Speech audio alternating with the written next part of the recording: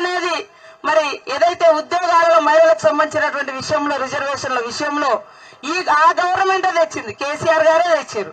ఇది ఇచ్చినట్టే ఇచ్చిరు, అటు కోర్టు పోయి మళ్ళీ కేసులు వేసి నోటిఫికేషన్ ఇచ్చుడు, ఉద్యోగ పత్రం చేతిలో పెట్టకుండా వాళ్ళని అట్లనే తిప్పుడు ఓట్లేదనక. కానీ ఈ గవర్నమెంట్ కేసులు ఏవైతే ఉన్నాయో పెండింగ్ లో అవన్నీ క్లియర్ చేసి ఎవరి ఉద్యోగాల కాళ్లకు టపా టపా టపా ఇచ్చుకుంటూ పోతా ఉన్నాం. దాంతో ఆమె రకరకాల మాటలు మాట్లాడుతుంది. అమ్మ, మీ గవర్నమెంట్ లో మొదటి 5 ఏళ్లలో ఒక్క మహిళ కూడా మీకు మంత్రిగా కనబడలేదు.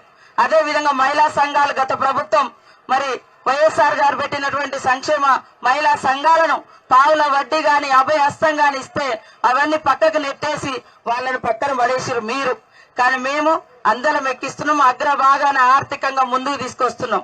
కాబట్టి తప్పుడు మాటలు, తప్పుడు ప్రచారం బంద్ చేసి నిర్మాణాత్మకమైనటువంటి ప్రతిపక్షంగా పనిచేయండి.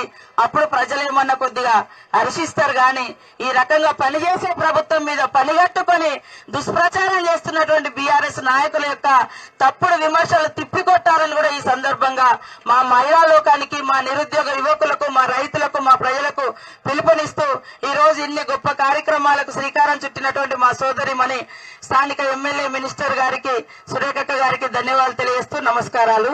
అందరికీ నమస్కారాలు.